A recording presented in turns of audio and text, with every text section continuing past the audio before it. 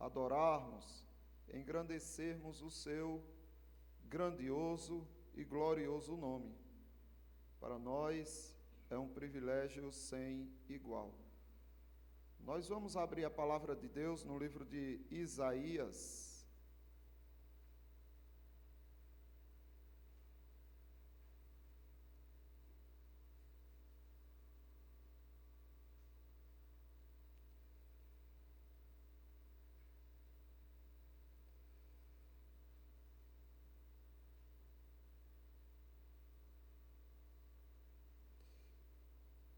Vamos abrir a palavra de Deus no livro de Isaías, o capítulo 22, irmãos.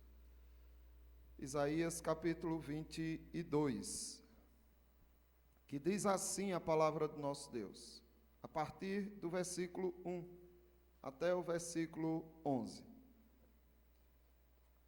Sentença contra o vale da visão, que tens agora, que todo o teu povo sobe aos telhados.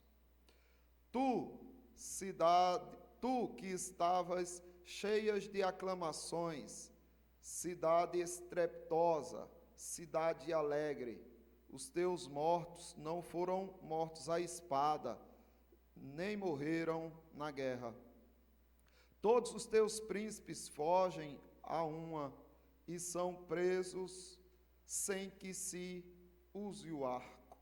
Todos os teus que foram encontrados foram presos, sem embargo de já estarem longe na fuga. Portanto, digo, desviai de mim a vista e chorai amargamente. Não insistais por causa da ruína da filha do meu povo. Porque dia de alvoroço, de atropelamento e confusão é este da parte do Senhor, o Senhor dos exércitos, no vale da visão. Um derribar de muros e clamor que vai até aos montes. Porque Elão tomou a aljava e vem com carros e cavaleiros. E Quir descobre os escudos, os teus mais formosos vales se enchem de carros, e os cavaleiros se põem em ordem às portas. Tira-se a proteção de Judá, naquele dia olharás para as armas da casa do bosque, notareis as brechas da cidade de Davi, por serem muitas, e ajuntareis as águas do açude interior. Também contareis as casas de Jerusalém, e delas derribareis, para fortalecer os muros. Fareis também um reservatório entre os dois muros para as águas do açude velho, mas não cogitais de olhar para cima, para aquele que suscitou essas calamidades, nem considerais naquele que há muito as formou. Aqui, meus irmãos, Deus, ele se levanta contra o seu próprio povo. Devido aos pecados de Jerusalém, agora Deus está levantando uma sentença contra Israel. O Senhor Deus vinha levantando sentenças contra as cidades ímpias, as nações perversas. Agora o Senhor se volta para o seu povo e, vergonhosamente para eles, lança sobre eles também uma sentença, como que igualando-os às outras nações que não conhecem ao Senhor. Mas é interessante que o Senhor aqui fala, no versículo 1, do vale da visão. Os vales de Inom, Cedron e Tiropeã ficavam ao sopé da colina e jazia na cidade de Davi. Só que muitas vezes Jerusalém é chamada da Monte Sião. Jerusalém está no monte e não em um vale. Aqui Isaías diz que Jerusalém não é um monte, a partir da qual ela passa a ser um vale da visão. Mas qual é a visão que uma pessoa pode ter em um vale? A visão se tem de um monte. E aí você vê os inimigos chegando, você tem uma visão ampla de tudo que pode estar acontecendo à sua volta. Mas em um vale, o que se vê são árvores. Não há visão apurada, a visão é baixa. E é isso que Deus está denunciando do seu povo, uma visão rasa. O seu povo tinha uma rasa visão, semelhante à visão da igreja de Laodiceia. Quando o Senhor Jesus Cristo envia uma carta para a igreja de Laodiceia, dizendo: olha, eu te aconselho a que você compre colírio para ungires os olhos, a fim de que você veja. Mas Jesus Cristo não está falando aqui de uma visão física. Jesus Cristo está falando de uma visão espiritual, de uma visão que ia fazer com que eles tivessem cuidado de não praticarem coisas que provocassem a ira do Senhor. Uma visão apurada para perceberem qual é o caminho correto, seguro para as suas almas. O Senhor está aqui denunciando a visão rasa de Jerusalém. E a primeira coisa que eu quero ver com você é a visão rasa na falta de autoconhecimento de pecados. O autoconhecimento de pecados fará com que você se policie, se corrija, se converta, pranteie, busque ao Senhor arrependidos, porque você está pecando contra o Altíssimo. Observe o 1 do 22 de Isaías, sentença contra o vale da visão.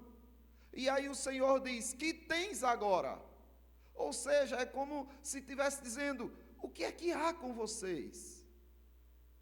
Não tem aquele filho que faz uma besteira, e aí você livra ele do perigo da morte, ele brincando lá já com consciência do que é certo e errado, mas está brincando com energia, com fio desencapado, e você corre: menino, não faz isso. E aí, depois você encontra ele fazendo a mesma coisa. Você livrou ele da morte, mas ele está fazendo a mesma coisa. Era o que estava acontecendo com Jerusalém. Eles estavam pecando contra o Senhor. O Senhor levanta uma nação contra eles. Depois o Senhor livra eles da destruição. E o que eles fazem? Eles voltam a viver como estavam vivendo. E aí Deus diz: olha, o que é que tens agora? O que é que há com você? Esse insulto de vocês não é justificável. Eles deveriam se recolher aos seus aposentos, arrependidos, envergonhados, buscando se consertarem diante do Senhor, com jejuns e oração. Mas não, depois de Deus dar um grande livramento, eles se voltam à farra e sobem nos telhados. O que pode significar? Ou que eles estavam observando a retirada dos inimigos e todos festejando, ou que eles estavam olhando para aqueles que traziam notícias da derrota dos seus inimigos, ou que estavam festejando nos tetos para que pudessem ser vistos como uma nação vitoriosa e gloriosa. Porém o Senhor está dizendo: olha, o que é que há com vocês? Eu levantei uma nação contra vocês para mostrar o perigo que o pecado de vocês está trazendo. E agora eu liberto vocês dessa nação e vocês voltam a viver de forma negligente. Então aqui está a visão rasa de Jerusalém. O profeta está dizendo que corpos dos que morreram devido ao cerco. Não foram mortos na batalha, mas por ter faltado alimento, já que eles não podiam sair da cidade, nem alimento poderia entrar. E aí Isaías também diz que os líderes deles foram capturados, aqueles que poderiam salvá-los, aqueles que os defendiam, foram capturados. E agora? E aí eles dizem: nossa, o que aconteceu? Os nossos heróis foram capturados, os nossos valentes foram capturados, mas é algo mais terrível que isso. Eles ficaram sabendo que os seus valentes, os seus heróis, os seus líderes foram capturados quando estavam fugindo, deixando-os para trás. O que Isaías vem denunciando desde o início do seu livro, que é uma liderança de meninos, uma liderança irresponsável e que foge para não sofrerem o dano, deixando o rebanho para trás, deixando o povo em apuros. E aí, olha, teus líderes foram capturados, não tem mais jeito para vocês. E eles foram capturados como covardes. Aqui está a visão rasa que o profeta denuncia. Observe do versículo 5 ao 8. O profeta começa a recordar a situação deles. Porque dia de alvoroço, de atropelo e de confusão é este da parte do Senhor, o Senhor dos exércitos, no vale da visão. Um derribar de muros e um clamor que vai até os montes. Porque Elão tomou a aljava e vem com carros e cavaleiros. E Quir descobre os escudos. É como se os habitantes da Babilônia tivessem sido alugados pela Assíria para destruir Israel. Os teus mais formosos vales se enchem de carros, e os cavaleiros se põem em ordem às portas. Tira-se a proteção de Judá, naquele dia olharás para as armas da casa do bosque. Então, tira-se a proteção de Judá. Aqui o profeta está relembrando do desamparo que Israel, que Jerusalém sofreu pelos opressores, quando Deus os levantou. Mas para que isso? Para que eles tivessem consciência do que os pecados deles estavam atraindo. O que é que o pecado atrai? O salário do pecado é a morte. E Deus, quando levanta um mal contra o seu povo devido aos seus pecados, é por amor. É para mostrar que o caminho que eles estão seguindo vai destruir a sua alma. Porém, Jerusalém entrou para o regozijo e para a ostentação, como se eles tivessem se livrado por suas próprias forças dos inimigos. Todos esses fatos pressupõem que Jerusalém está associada com a Babilônia. Se misturou, se associou, se tornou igual. Muitas alianças eram feitas nesta época. E aqui Deus está indignado com Israel, como ele estava indignado com a Babilônia e com as outras nações ímpias.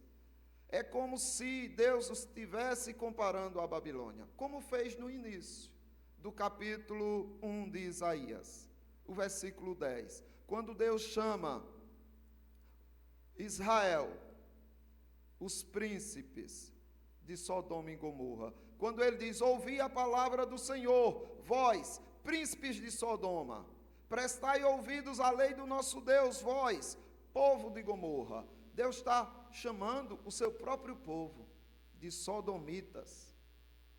E aqui, amados irmãos, é que nós precisamos entender a responsabilidade que cada um tem de ter uma visão apurada, de ter uma visão ampla, de ter uma boa visão espiritual, porque é muito fácil você vê pecados nos outros, mas como é difícil você ver e ter consciência do quão abominável é o seu pecado.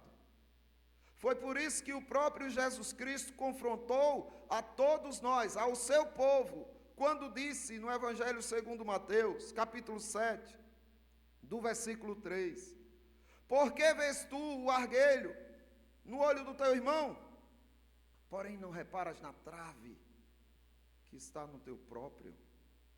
Ou como dirás a teu irmão, deixa eu tirar o argueiro do teu olho, quando tens uma trave no teu?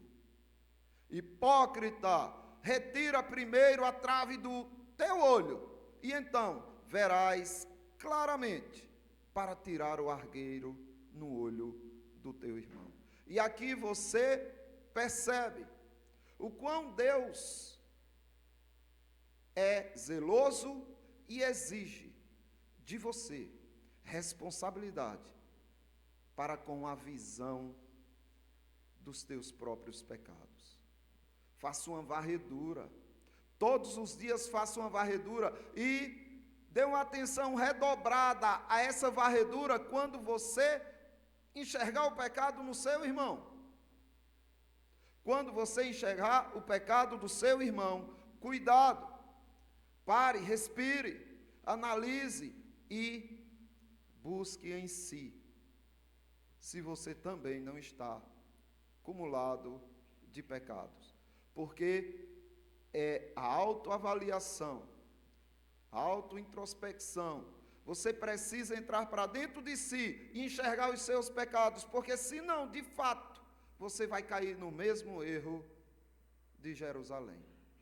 Vai olhar e vai dizer, não, esse povo é pecador e nós somos vitoriosos. Nós estamos vencendo. E os jargões, que são verdades da palavra de Deus, serão usados como jargões ou medalhões. Tudo posso naquele que me fortalece. Eu sou mais que vencedor. Cuidado, porque se você não enxerga os seus próprios pecados, você pode sofrer terríveis consequências. E ao enxergar o seu pecado, não basta para você parar de pecar. É preciso que você substitua este pecado por boas obras, práticas de santidade. É o que o apóstolo Paulo, escrevendo aos Efésios, diz, no capítulo 4, o versículo 25. Por isso, deixando a mentira, fale cada um a verdade ao seu próximo, porque somos membros uns dos outros. Então vamos cuidar de falar a verdade e não enganar os irmãos. Irai-vos e não pequeis. Cuidado com a sua ira. Não se ponha o sol sobre a vossa ira. Não permita que ela passe tempo no seu coração, porque senão você pecará. Nem deis lugar ao diabo, ou seja, não se associe ao diabo. Não faça uma sociedade com o diabo, porque o diabo é sim um acusador. Mas se você não condena o seu próprio pecado e acusa sempre o pecado do seu irmão, da sua irmã em Cristo, entenda, você está se associando, dando lugar ao diabo. E aí ele diz, aquele que furtava, não furte mais. Mas não é só isso. Precisa trabalhar fazendo com as próprias mãos o que é bom, para que tenha com que acudir ao necessitado. Não basta só parar de trabalhar. É preciso pegar o que é teu e dar ao necessitado. Percebe o quão controverso é o evangelho do mundo? Para Cristo, não basta só parar de roubar aquele que roubava, mas é preciso parar de roubar e trabalhar para pegar o que é teu, em vez de tomar dos outros, pegar o que é teu e dar ao outro. Não saia da vossa boca nenhuma palavra torpe. Não basta parar de chamar palavrão, fofocar, caluniar, não basta. Mas é preciso também ter palavras boas para edificação, conforme a necessidade, e assim transmita graças aos que ouvem. E não entristeçais o Espírito de Deus, no qual foste selado para o dia da redenção. Longe de vós toda a amargura, e cólera, e ira, e gritaria, e blasfêmia, bem assim toda a malícia. Antes, sede uns para com os outros, benignos, compassivos, perdoando-vos uns aos outros, como também Deus, em Cristo, vos perdoou. Queridos irmãos, seguir a Cristo é a responsabilidade maior que alguém pode assumir na terra. Quando você tem um cargo público, você não basta apenas ser honesto, você também precisa parecer honesto. Você tendo um cargo público, você representa uma sociedade. Então você tem que ter muita prudência e responsabilidade. Porém, seguir a Cristo é representar na terra o próprio Deus. Da mesma forma que, se alguém te persegue, na verdade está perseguindo a Cristo.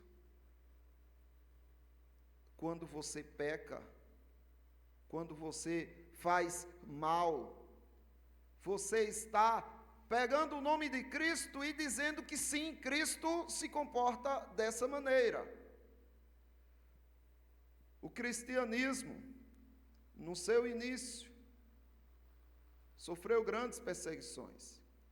E o povo apelidou os seguidores de Cristo, apelidou-os chamando-os de cristãos, ou seja, pequenos cristos, pequenas cópias de Jesus na terra. E o que fazem estas cópias de Cristo na terra? Como vivem? Será que estão preocupados em fazer uma autoanálise? Será que a sua visão é apurada e eles conseguem enxergar os seus próprios pecados mais do que enxergam os pecados dos outros? Ou se há tolerância para com os seus erros e intolerância para com o erro do seu irmão? Aqui o Senhor Deus está convocando ao seu povo a que não tenha uma visão rasa, que não falte autoconhecimento do pecado, para que você repare as brechas dos muros, para que você cuide com zelo, com amor do nome de Cristo. Alexandre o Grande encontrou um jovem que queria ser combatente, mas tinha fama de que não era tão corajoso, e Alexandre o Grande deu uma chance a ele, dizendo o seguinte: olha, você tem duas escolhas, que o nome do rapaz era Alexandre, ou você muda de nome, ou você luta com coragem.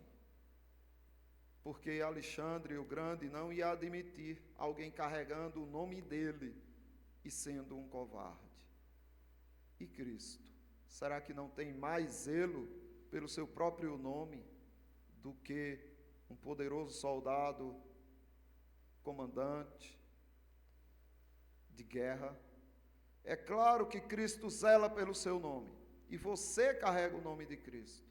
Então existem muitos inimigos que você precisa enfrentar, mas o maior deles é o teu coração, que é inflamado pelas emoções, pelos sentimentos, e que muitas vezes oculta pecados que só você e Deus sabe.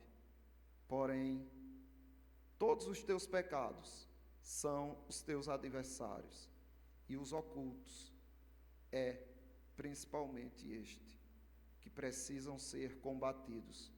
Porque aqueles que os irmãos observam podem te ajudar, mas aquele que eles não conhecem, quem vai te ajudar? Então é uma luta sua com Deus contra os seus pecados. Que Deus abençoe a igreja e que todos possam, a partir de hoje, ter uma visão apurada de autoconhecimento do pecado, para que possam corrigir todo o mal que possa vir sobre você. Deus abençoe os irmãos. Presbítero.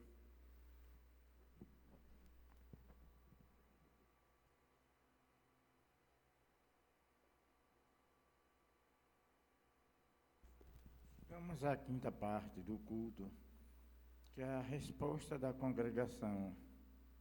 Vamos abrir as nossas Bíblias no livro de Jeremias. Jeremias, capítulo 14, versos do 13 ao 16. Iremos fazer essa leitura de forma alternada.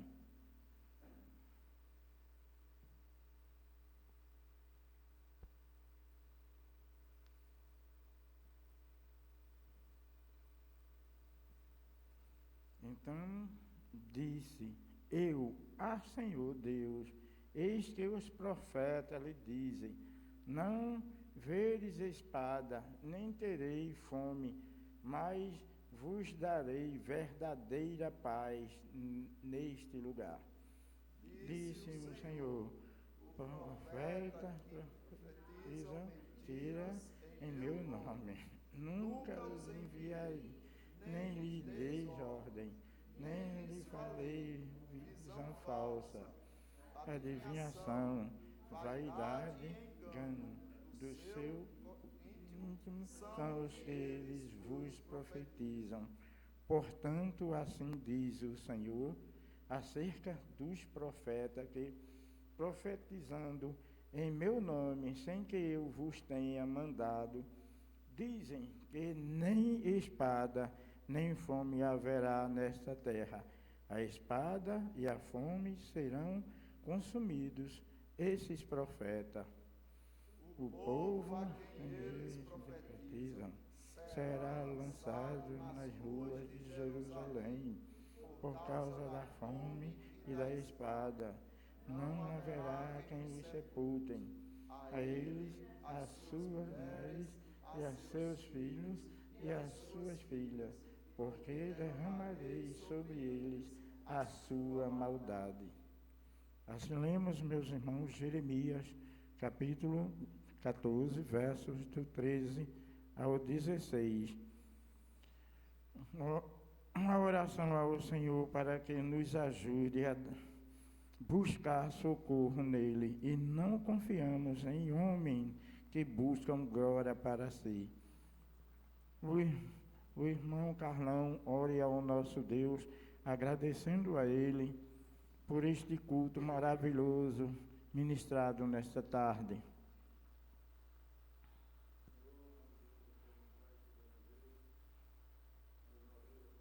Amém, Senhor.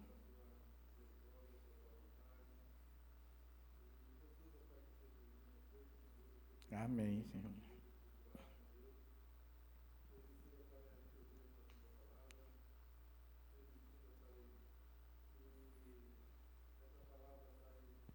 Amém, Senhor.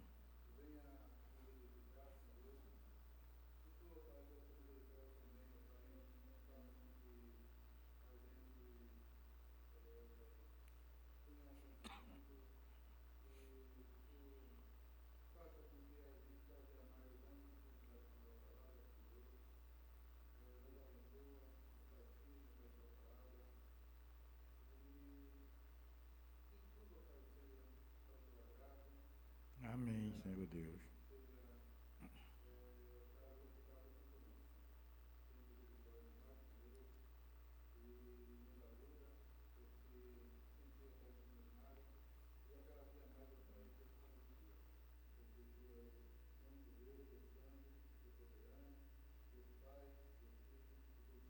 Amém, Senhor.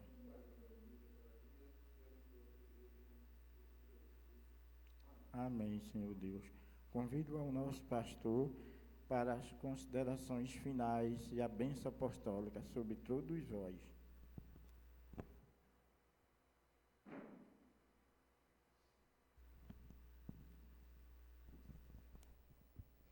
Meus irmãos, vamos receber a bênção, porém, cantar um hino ainda ao Senhor nosso Deus, o hino de número 53, Amparo Divino.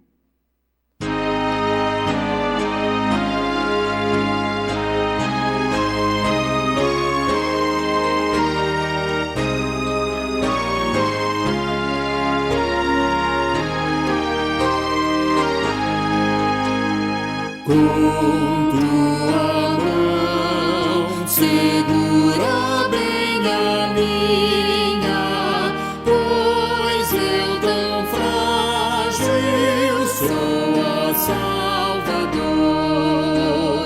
que não me atrevo a dar jamais um passo sem teu amparo, Cristo meu Senhor.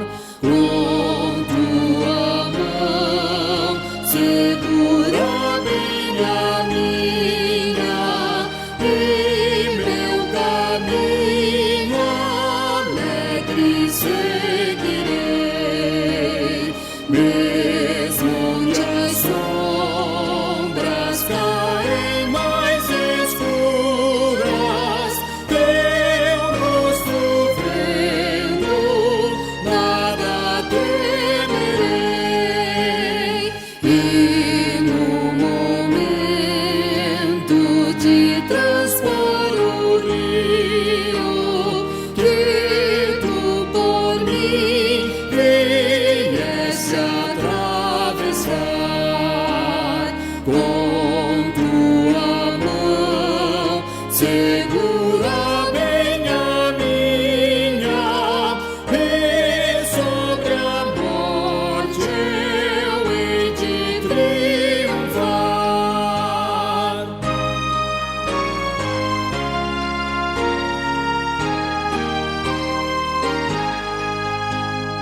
Quando voltares lá dos céus descendo, segura bem a minha mão, Senhor.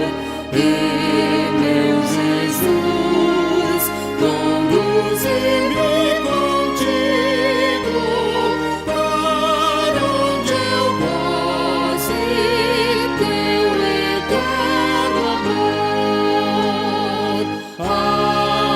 Amém. Agora, irmãos, que a graça do nosso eterno e soberano Pai, que a comunhão e a consolação do Santo Espírito de Deus, e que o amor, a graça e a paz que há no Senhor Jesus Cristo esteja sobre todos vós e sobre todo o povo de Deus espalhado pela terra, agora e sempre. Amém. Podem sentar, irmãos.